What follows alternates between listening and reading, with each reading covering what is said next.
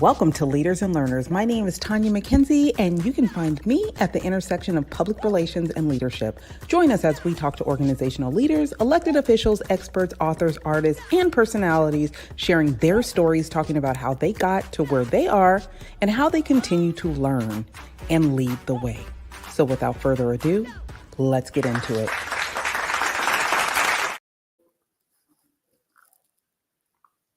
Welcome everyone to another edition of Leaders and Learners. Today, we have another edition of South Bay Leaders and Learners, and we have someone here that you have the opportunity to get to know if you don't know him already, but you will definitely learn a little something. And after we're done with him, we're going to go on to a little update from one of our residents on the city council meeting last night and get your thoughts on that. Make sure you know, housekeeping, you can comment, ask questions over on the comment section. And if we can, we will definitely answer them live. If we can't get an answer, we will bring that back to you. But without further ado, I wanted to bring you one of my favorite people. I was so excited when he joined RVPD, and he is definitely an asset, not only to the department, but to our community. So, Officer Kyle Lofstrom, how are you? I am doing so well. How are you? I'm excited to have you. I feel like it's been a minute.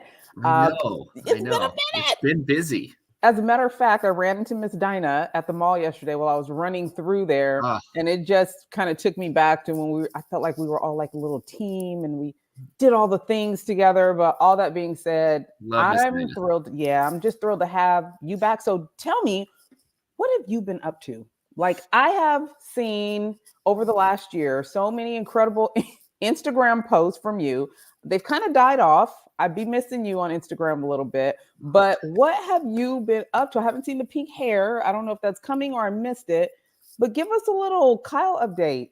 Well, this year we did some big things, kind of our normal. We obviously do a few big events during the year for community engagement. So at the beginning of the year, around March, we had our open house, which is huge. And then as the summer starts, we got into National Night Out, which is actually a nationwide community engagement phenomenon in law enforcement. And this is the first time we had like a major centralized event for it at the Redondo Beach Performing Arts Center. So that was cool. It was a great turnout.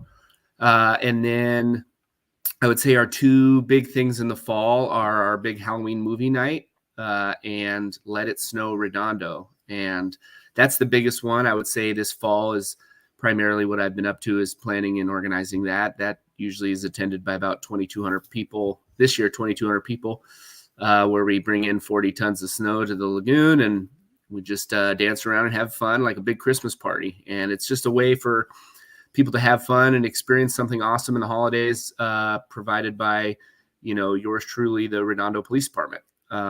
So this year, and everything's free that we do. So this year it was really cool because we actually had a patron come up and say, because I'm sure there's so many cool paid events that you can do during the holidays.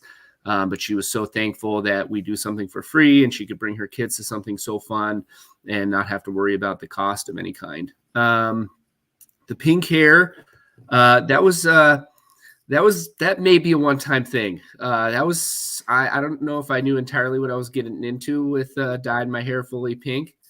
They had to bleach it first. My hair felt like sawdust after that.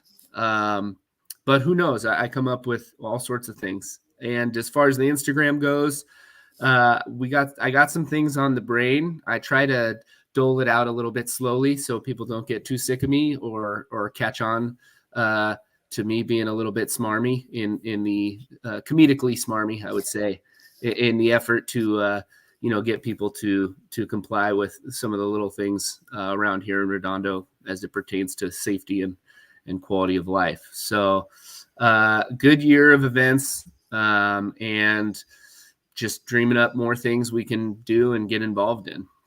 I'm almost sure you said you were changing the date and time of the open house in 2024. Is that true? So normally it was done in October. So this past year,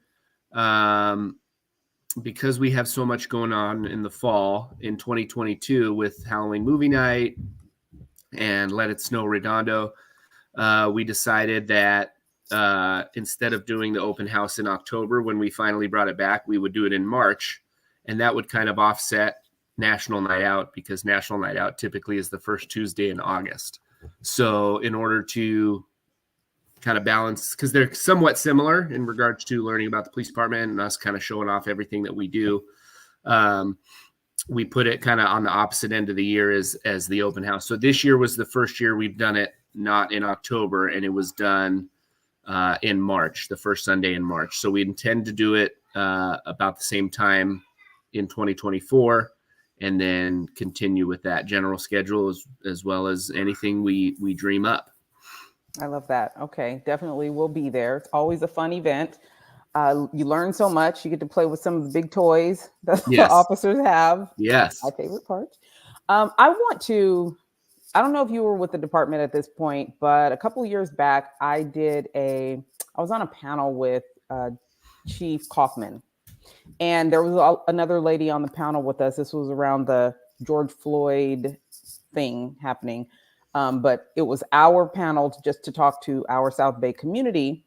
And one of the ladies was very upset about officers on campus. She was livid. Like, she was just like, I don't want police officers on campus. I see how it gets, and y'all treat my kids this way. Something happened recently where I'm sure there are many people now that are excited, thrilled, and feel thankful that officers are on campus. I have always loved having officers on campus. I played softball in high school. My coach was a police officer. He wasn't super nice, but at least I knew we were going to be safe. All that being said, talk to the people about what happened recently at Redondo Union.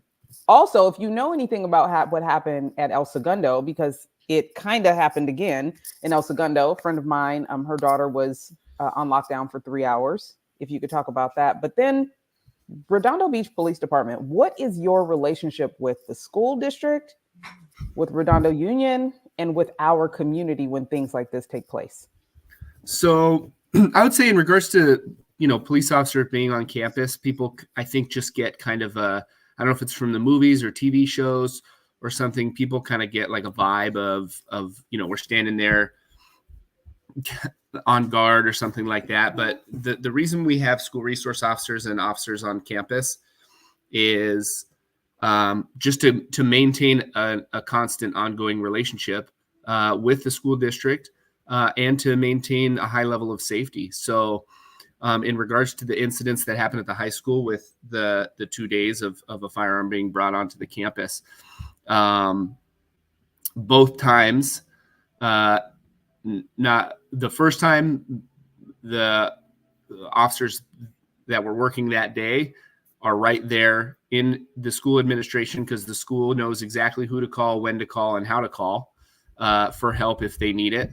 And then the second day, because the presence was improved, we actually just had officers already there, which made both incidents come to a fairly expeditious, safe resolution. And that's really you think about officers on campus, 99.9% of the time is just a wave and a handshake and some friendly advice here and there. And then 0.01% of the time is a real safety issue.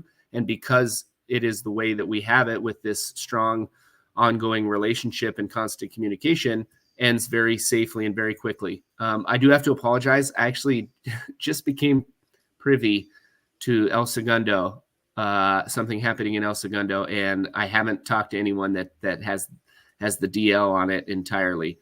So I still they were on lockdown right, last week, that they heard that there was a gun on campus, but right. The parents still, that's the other thing, is the parents still don't have all the details, so they don't know whether to be worried or not. Right. And that's the big thing is the system is kind of in place for a reason. There's the anonymous reporting system, which is how we got the information. And that's actually part of the police department budget for the school to have. And it worked like a charm, exactly like thanks, buddy. Sorry, I'm opening a snack. In case y'all don't know, Officer Kyle is also a dad, a pretty amazing one, by the way. They are being great, so I'm really not that upset that he just needed a snack opened. So anywho, it kind of worked beautifully in that sense. Is here's this system in place to notify who needs to know of things like that, so there can be rapid intervention, and there was. And then when there is the investigation, it kicks off right there, and we start at the center and we work our way out. I think what you see a lot is, or at least what I experienced even, was people reaching out and thinking to themselves like, oh, hey, I have this information, and it's a text from a screenshot from a text of somebody saying what happened. And, as the police department, we're not really allowed to just go right off of that rumor. We have to start from the center and work our way out in identifying all the information and anyone or anything involved, and do a thorough, in-depth investigation to, not only bring resolution to the incident in and of itself, but resolution to, the idea that sometimes stuff happens, no matter where you are, where you live, the nicest place on earth and the not nicest place on earth, stuff eventually happens everywhere. And, I tried to explain to people to be very grateful that we have the resources that we do in place, and that led to the response that occurred. And unfortunately, I think in today's era of information, instant gratification, people want to know the entire story 3 minutes after it kicks off. And it's like, well, we have to learn it first. We have to investigate and learn and figure it out. And there's all sorts of legal red tape and hoops that we have to figure out. There's a lot more privacy when you're dealing with juveniles at school, and you're working with two major entities in the police department and the school district, and both of them have to work together and coordinate from start to finish. Talk to me a little bit more about that relationship between the school district, the school itself, and our police department. So thankfully, it's great, and it always has been great. We have 2 full-time school resource officers, and our office happens to be basically on campus. If you've been to our secondary annex building of our police department, sits right there on the school parking lot next to the auditorium. And they attend meetings. They are in constant contact with staff. They regularly patrol the campuses, high school and all the other campuses in the city. And you can walk into any school basically, and in a Redondo Beach police uniform, and they'll say, "Hey, how's Jenna and Rex?" Because everyone knows that Jenna and Rex are the school resource officers, and they have, they exchange their cell phones with school administration and school staff, and so they're able to be reached out to, and then they kind of guide anytime there's a safety concern of any kind that relates or would or could relate to the police department responding. They kind of act as a liaison and a guide to that situation and any situations that occur in the future. Now, what if it was something that had happened on the junior high school campus? It's the same idea. So they all the school admin across all of Redondo Unified it has a relationship with Officer Wolfinger and Officer Yap. That's Jenna and Rex, and they meet there regularly. They attend school board meetings. They attend safety meetings, and so it's a simple. And they know to call, for anything emergent. Obviously, everyone calls 911. That's the basis that everyone knows. But they know how to get a hold of our non-emergency dispatch. And then usually immediately following that call is a call directly to the cell phones of our school resource officers. And they work Monday through Friday during school hours.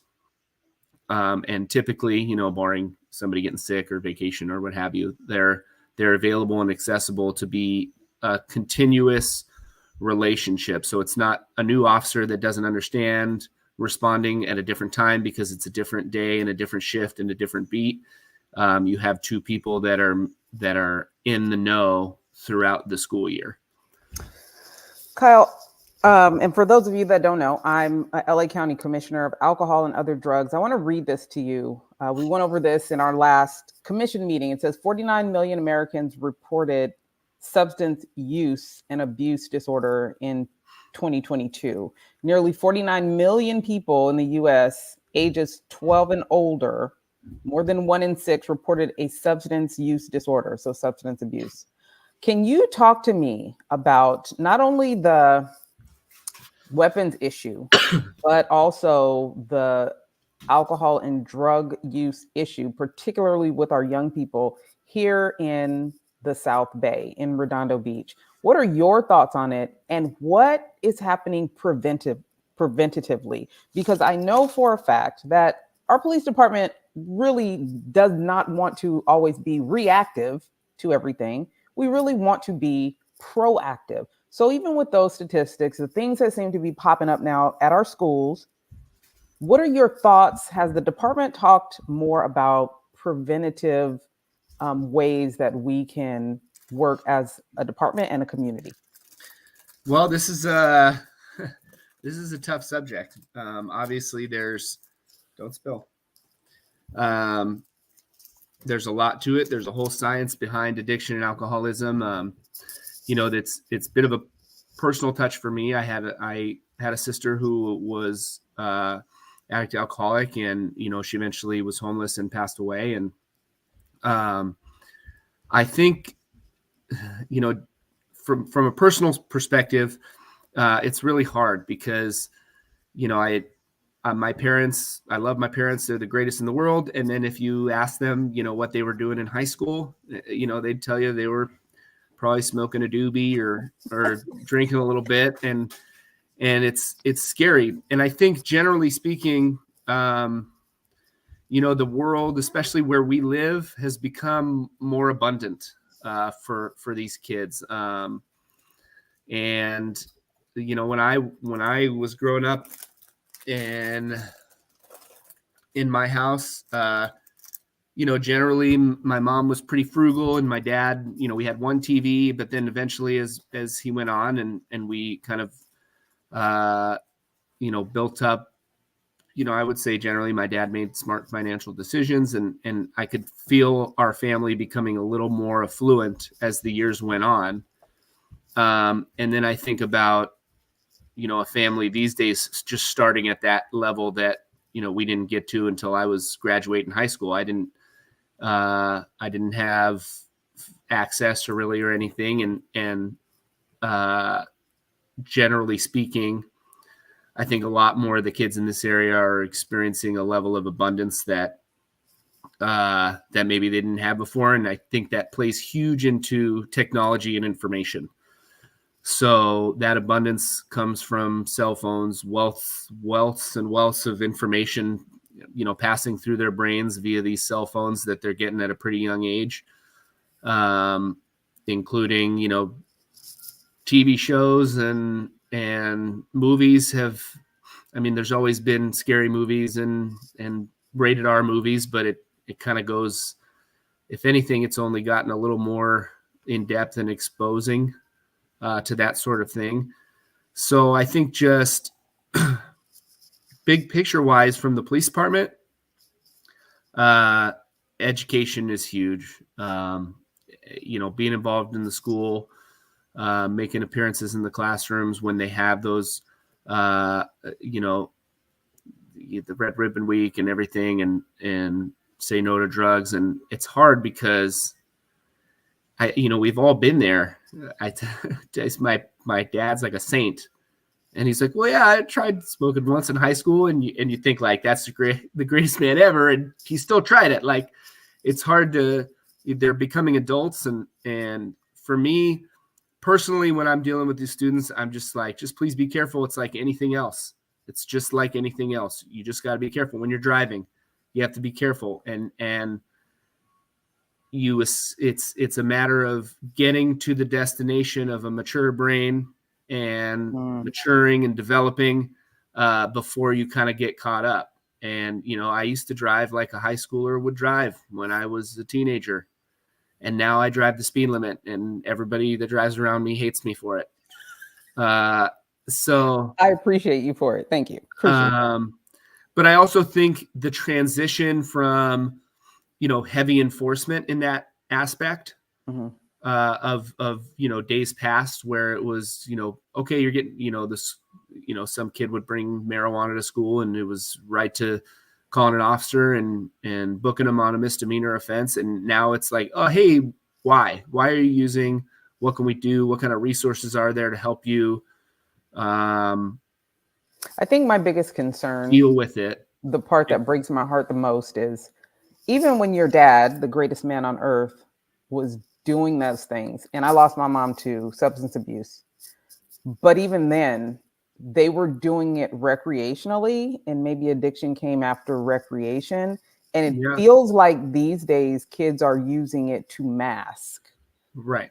And that's where it gets really scary. That's the big key, is that dopamine addiction, because it generally comes down to that. And, it's if it's not food, it's social media. If it's not social media, it's nicotine. And if it's not nicotine, it's THC. And if it's not THC, and it just kind of grows its way up. And coping, so lack of coping skills. And generally, just like I said, like abundance, like you jump on social media and it starts triggering your brain, and then you need more of that to get the same effect, and so on. And you didn't have those resources of entertainment and such, which I think it's kind of, I hate to say the word gateway, because that's, there was so much argument over that word, but it's really just, if your brain gets used to this dopamine hit from something, that high, eventually it's going to fade, and you need more and it has to be managed. And so that's what when I deal with these kids and I run my teens and policing program, like, you just have to be careful. You just have to know that you're taking care of yourself and you're not indulging this too much, right? Moderation is this huge, and to be more candid with them about moderation and just being careful, monitoring their behavior, right? And in order to monitor, though, you got to be paying attention. So right, and it's like, hey, this is how you end up potentially, right? And hopefully resources, or rather, in general, a social medical response or offering to these kids that have access to all these things that kind of can be used as medicine, social media, drugs, or otherwise. Can you turn that back on, honey? They, instead of potentially worsening the problem with, throwing somebody in jail, hopefully there's more routes of escape as you go on. You have a big heart, Kyle. You come to us with such a big heart and a lot of empathy, and I'm kind of grateful for that. Thank you. Well, of course. Everybody's not like you. I don't know if you know that, but It's good to have some balance in the work that you do. It's funny how, I know that there are times where you have to not be so nice, but your ability to have balance and bring us information with empathy is hugely important. So I want to thank you for that. Yeah, you've always been open to that. And I hope you'll continue to come back and visit us and drop some gems on the community, on things they should be looking out for, events that are coming up, and how they can be more involved, not just in the community, but in their own households. Because sometimes I think people just need a reminder, like, these are things you can do to keep your kids from bringing guns to school. Or you might want to, just do some things. Sometimes people just need little reminders on things that they can do to take better care of themselves, their households, and the communities that they live in. So thank you so much for that. Absolutely. Absolutely. Thank you so much. So listen, happy holidays. I said I wouldn't keep you too long. I know you're not feeling all that hot, but please let's connect again soon. And tell your chief I said happy holidays, and the department and all that good stuff, and we'll talk soon. I shall. That sounds great. Great to see you. Great to see you too, Kyle. Take it easy. Bye. All right, guys, I hope you got all that good information from our amazing officer, Kyle Lofstrom. He's pretty dope. He's been with us for a while. Now we're going to jump into a little update on our city council in Redondo Beach City Council meeting. Miriam, how you doing? Hi, excuse me. Hi, Tanya. I'm doing well. Thank you for asking. How are you?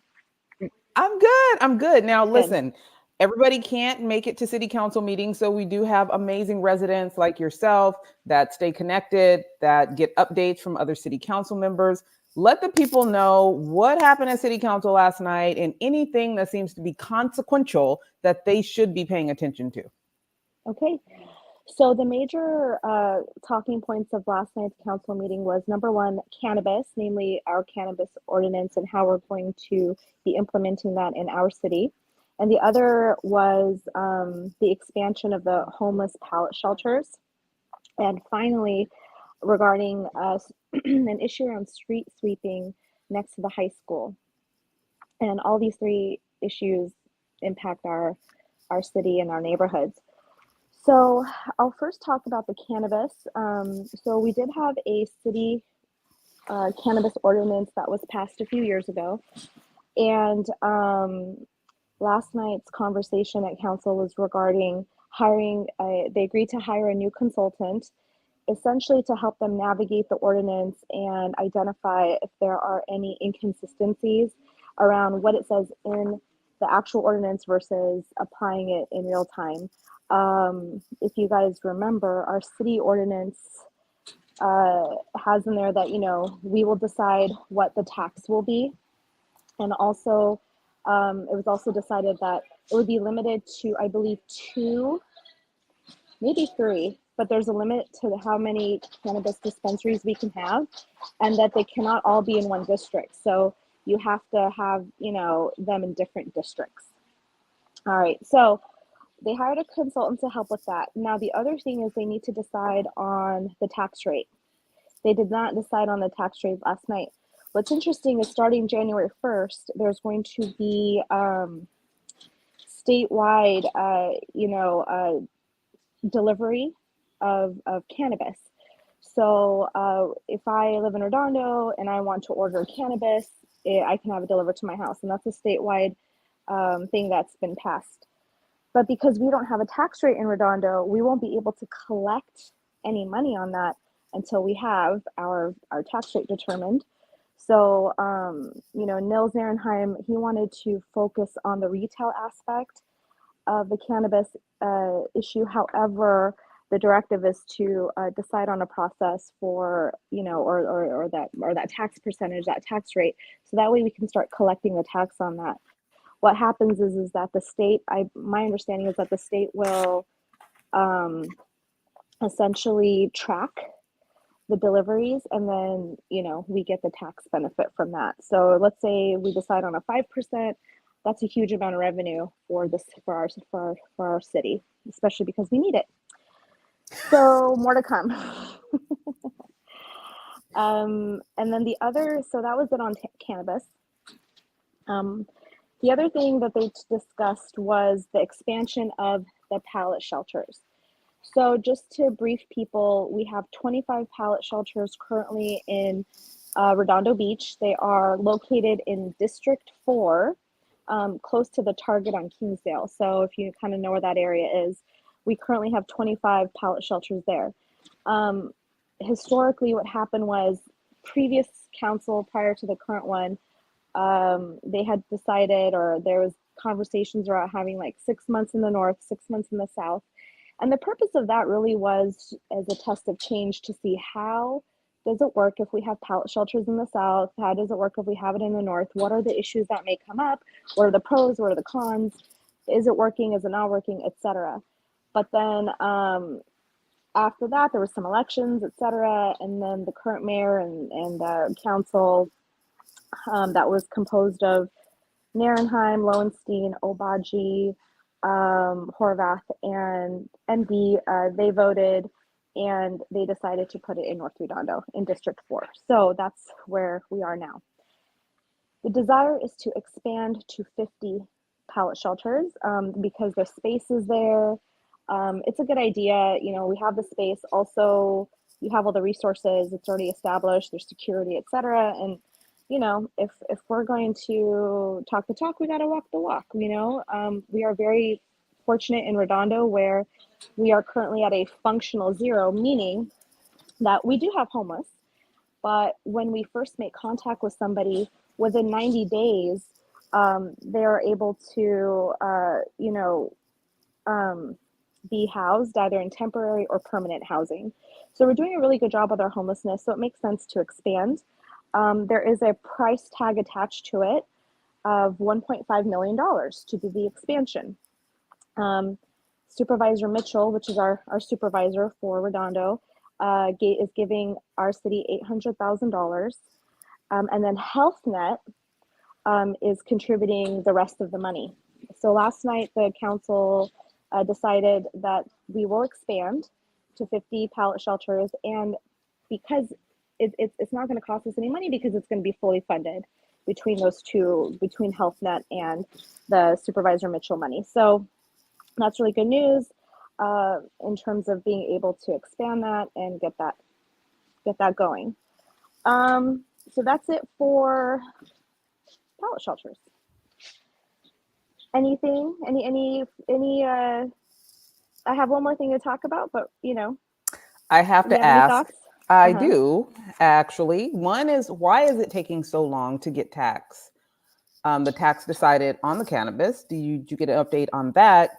And then, did anyone bring up Zain Obaji and his guilty verdict on his case as expeditiously as they brought up Christian Horvath's? And it's on the same ordinance. So I would be interested to know if it was brought up, how it was handled. Let us know a little something. So from what I watched and what I didn't watch the whole thing. I just watched kind of the important parts. There could have been that people called in about it later in the meeting.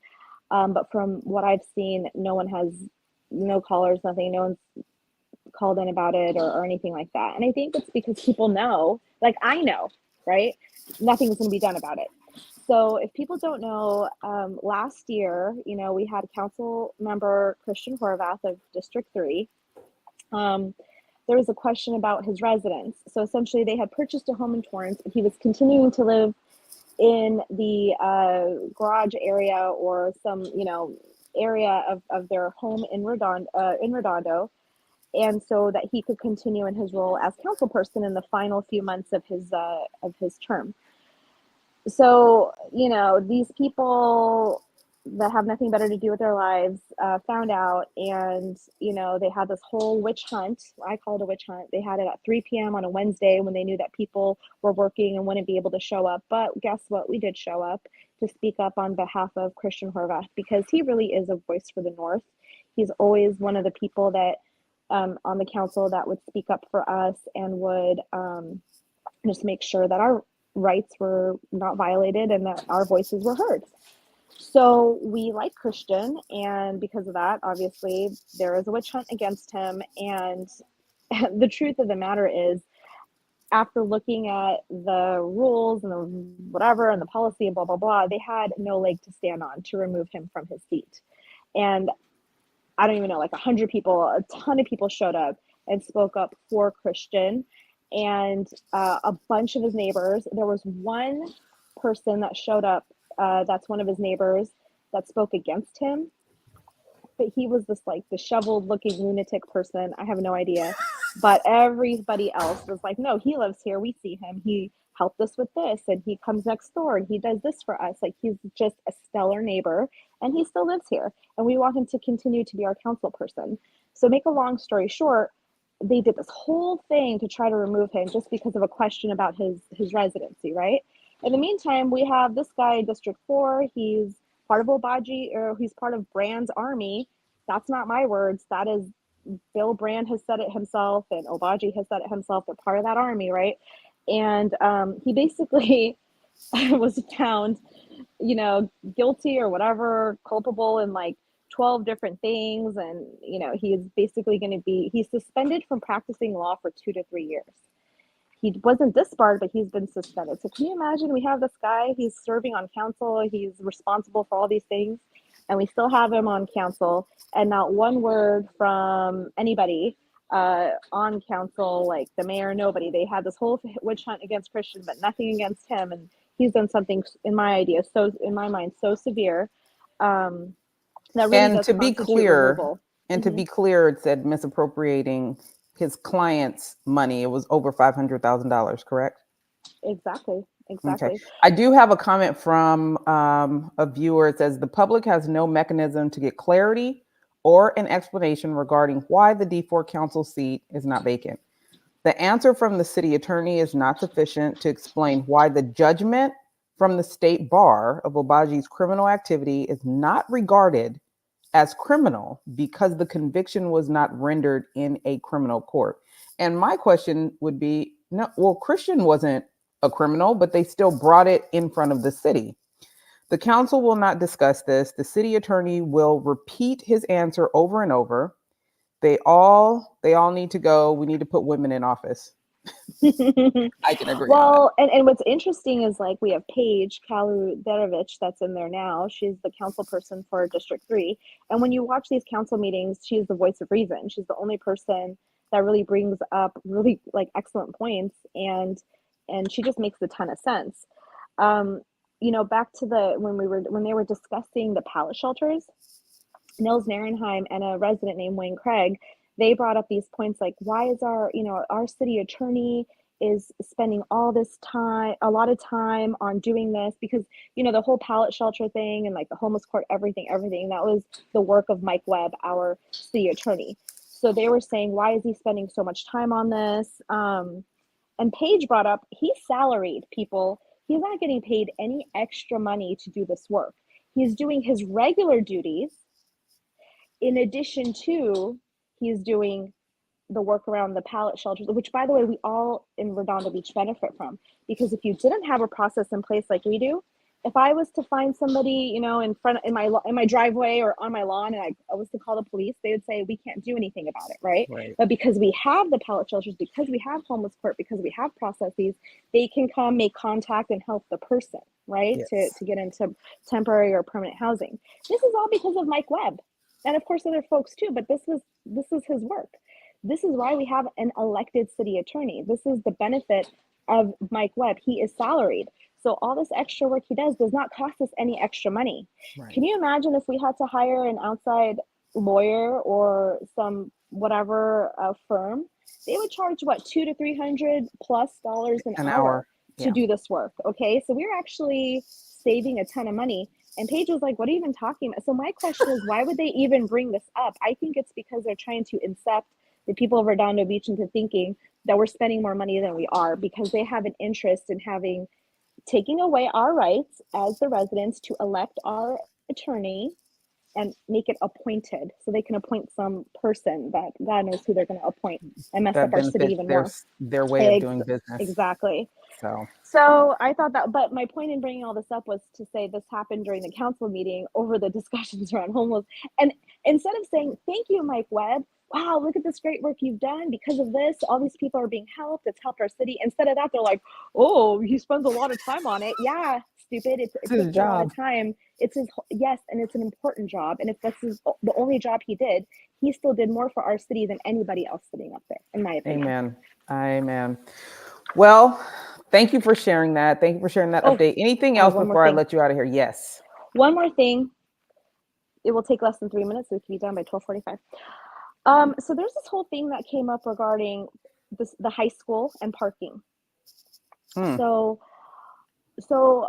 Redondo Beach High School, Unified High School is a humongous Redondo Union, school. yes. Redondo Union, thank you. I was like, what? Redondo Union. I don't have kids in high school yet, so they're still in elementary. But anyway, Redondo Union is a humongous school, and they have a parking issue. My understanding is, if you want a parking pass, it's a lottery. And those who do not get a parking pass now have to find parking. Yep. This is especially on the street. So this is especially important because I live in District 4. To get to the high school, it is a challenge. If I ride my bike. First of all, if I walk, it's like what, 2-3 miles. It's very far, too far to walk. If I was to ride my bike, it's hilly. It is very difficult to ride a bike there. So it's not possible to ride a bike, a manual. You can get an e-bike, but not everybody is fortunate enough to have thousands of dollars lying around for an e-bike. So yes, there's a bus, but the bus has its challenges. So there are some people that need to drive. Okay, so now a lot of the kids that are driving there probably coming from North Redondo, I would imagine, especially District 5 even further away, right? Okay, so now on Thursdays, there's street sweeping on Diamond. And Diamond is one of the, borders of the school. And it's on Thursdays from like 11 to 2. It's like a 3-hour window. So, there was a proposal to say, hey, Athens, that's our street sweeping, et cetera, garbage pickup, et cetera, Athens, can you come at a different day at a different time so that we can park on Diamond, so that all those parking spots along that whole street are open? And they said, yes, we can come Thursdays from 7 to 8, because I think school starts like at 8:20 or later even. Yep. So then they would be done by 8. People can come and they can park, right? Right. The residents on Diamond are like saying, no, that's too early. I need to park there, or I don't want to move my car by 7. And one of the people that called in actually were complaining. The question of them was asked, like, well, do you have a garage? Like, can you park your car somewhere? Yes, I have a garage, but I have a bike in there. And I don't want to Wow. How selfish. Very selfish. So there's a few residents that live along there that are complaining that they don't want the 7 to 8. But think about like how much of a positive impact it would make to the students. And students are residents too.